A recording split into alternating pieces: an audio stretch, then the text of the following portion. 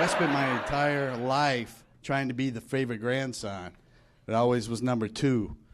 My cousin Chris was the favorite grandson. We were the exact same age. Right after high school, I went to the Marine Corps. He went to prison. Still a favorite grandson.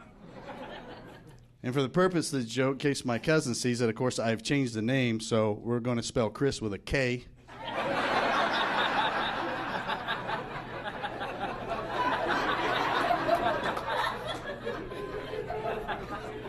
But this was in 1990. We left high school. I'm stationed in North Carolina in the Marine Corps. It was during the first Gulf War. So I did the right thing, right? So I called my grandma. I'm like, hey, Grandma, I just want to let you know we leave here this week. I don't know when I get to talk to you again. I guess the war's getting ready to start. And she was like, oh, well, that's nice. But did you hear about your cousin Chris? And I was like, yeah, he was like in prison, right? And she goes, oh, yes, Todd, but last week he took his GED. Highest score in the class. Well, whoop-diddy-dippity-doo. Let's do a parade. Today's Chris Day. Hey, everybody, Chris is a prison valedictorian.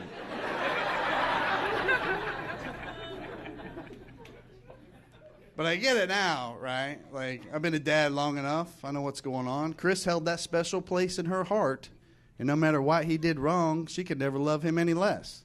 And I get that. That's how I feel about my son. And that's what scares me the most, because sometimes kids grow up and do some pretty bad things.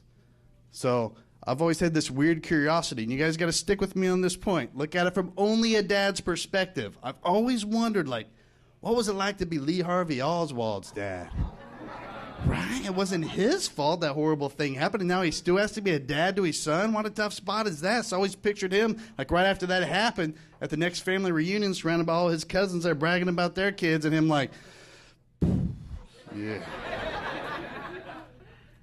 That's a pretty good shot, though.